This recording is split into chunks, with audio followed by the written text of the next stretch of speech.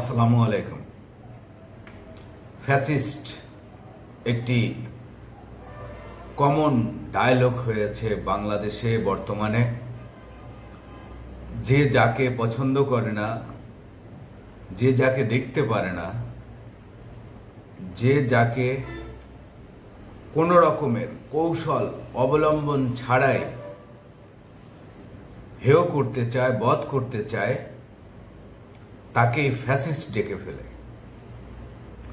Fascist ডাকলে সহজেই প্রতিপক্ষকে ঘায়েল করা যায় এবং তারপরে ইচ্ছে মতো ফয়দা তোলা যায়। এই ফ্যাসিস্ট এখন একটি অস্ত্রে পরিণত হয়েছে।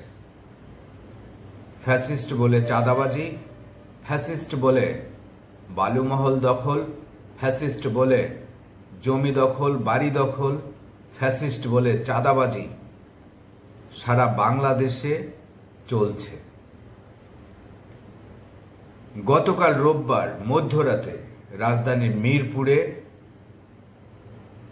সিরাজুল ইসলাম নামে এক ব্যক্তির বাড়িতে 15 থেকে 20 জন লোক জোরপূর্বক বাসায় ঢুকে সিরাজুল ইসলামকে বলে, তুই ফ্যাসিস্ট, এখনই 20 লাখ টাকা দে, নাইলে তোর এবং তোর স্ত্রী সন্তান সবাইকে মেরে ফেলবো, শেষ করে ফেলবো, পুলিশে দেব। এই ধরনের নানা হুমকি দিয়েছে একটি চক্র এবং এরপর ওই চক্রটি 20 লাখ টাকা আদায়ের জন্য তারা রীতিমতো ঘন্টা দুয়েক ওই পরিবারটিকে জিম্মি করে, লাঞ্ছিত করে এবং তাদেরকে অসম্মান করে। তারা বাধ্য হয়ে নিজেদের কাছে যত টাকা পয়সা ছিল তা তো দিয়েছেই, ওই বাড়ির আরেকটি ফ্ল্যাটের একজন প্রতিবেশীর কাছ থেকে এনে 3 লাখ টাকা দেয়। সন্তানদের মোবাইল ব্যাংকিংয়ে এবং নিজেদের মোবাইল ব্যাংকিংয়ে যত টাকা পয়সা ছিল তা মিলিয়ে প্রায় 5 লাখ টাকা ওই সন্ত্রাসী এবং দুর্বৃত্তদের দেয়। তারপরও রক্ষা পাচ্ছিল না, তারা বারবার 20 লাখ টাকাই নিতে চাচ্ছিল সিরাজুল ইসলামের কাছ থেকে।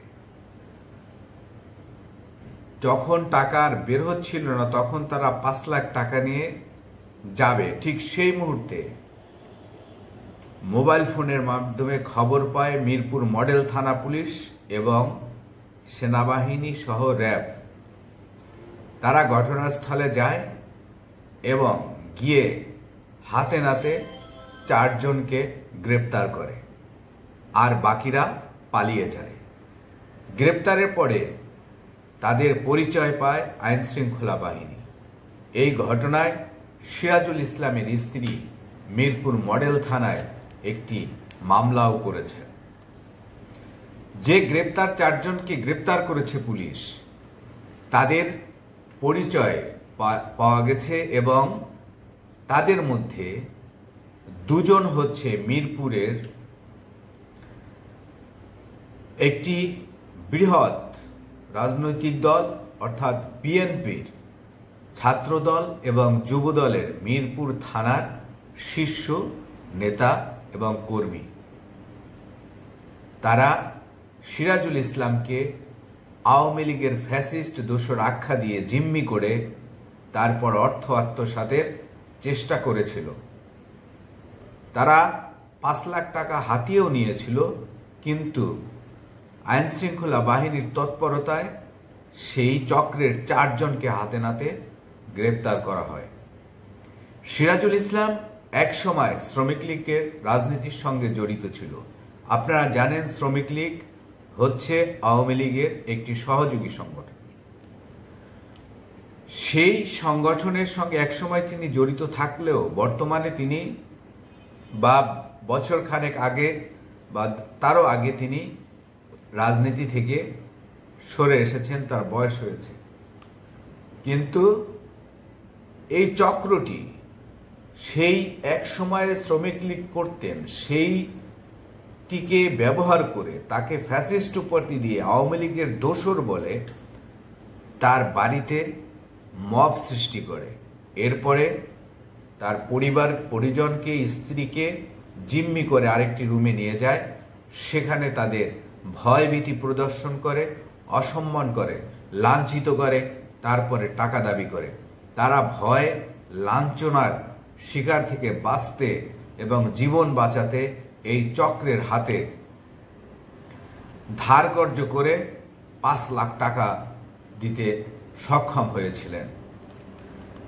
এই চক্রকে গ্রেপ্তারের পর পুলিশ তাদের যে পরিচয় দিয়েছে, তাদের মধ্যে একজন হচ্ছেন ছাত্রদলের মিরপুর থানার যুগ্ম আহ্বায়ক তাবিত আহমেদ আনোয়ার এবং আরেকজন ছাত্রদলের মিরপুর থানার জ্যেষ্ঠ যুগ্ম আহ্বায়ক আতিকুর রহমান। আরেকজন রয়েছে 7 নম্বর ওয়ার্ডের যুবদলের নেতা, আরেকজনও যুবদলের রাজনীতির সঙ্গে জড়িত। বাংলাদেশে একটি আমি আগেই বললাম যে কমন একটি কালচার তৈরি হয়েছে, যে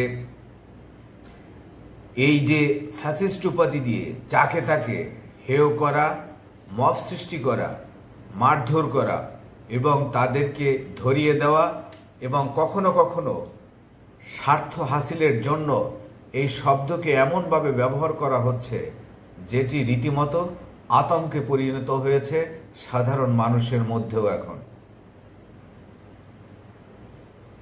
সিরাজুল ইসলাম যদি কোনো অপরাধ করেই থাকে বা তিনি যদি কোনো অপরাধের সঙ্গে জড়িত হয়ে থাকে, তাহলে যদি তার তথ্য থাকতো সেখানে পুলিশকে নিয়ে এই ছাত্রদল যুবদলের কর্মীরা যেতে পারতেন, কিন্তু তারা তাকে নিয়ে যাননি। তারা নিজেরা গিয়েছে এবং সেখানে একটি মব সৃষ্টি করে ভয়ভীতি দেখিয়ে এই পরিবারটিকে জিম্মি করে 20 লাখ টাকা তারা চাঁদা নিতে চেয়েছিল। 5 লাখ টাকা তারা নিয়েছিল, কিন্তু আইনশৃঙ্খলা বাহিনীর তৎপরতায় তারা শেষমেশ আর রক্ষা পায়নি, গ্রেপ্তার হয়েছে। আমরা দেখেছি দেশের বিভিন্ন জায়গায় এরকমের ফ্যাসিস্ট উপাধি দিয়ে মানুষের গায়ে হাত দেওয়া এবং লাঞ্ছনা করার একটি ট্রেন্ড চালু হয়েছে। এই ট্রেন্ড থেকে সাধারণ মানুষকে রক্ষা করা, এমনকি যদি কেউ অপরাধী হয় তাকেও গায়ে হাত দেওয়ার এই প্রবণতা সমাজে বিচারহীনতার একটি সংস্কৃতি সৃষ্টি করবে। তাই এটি এখনই বন্ধ হওয়া উচিত। আজকের এ পর্যন্ত। সবাই ভালো থাকুন। আল্লাহ হাফেজ।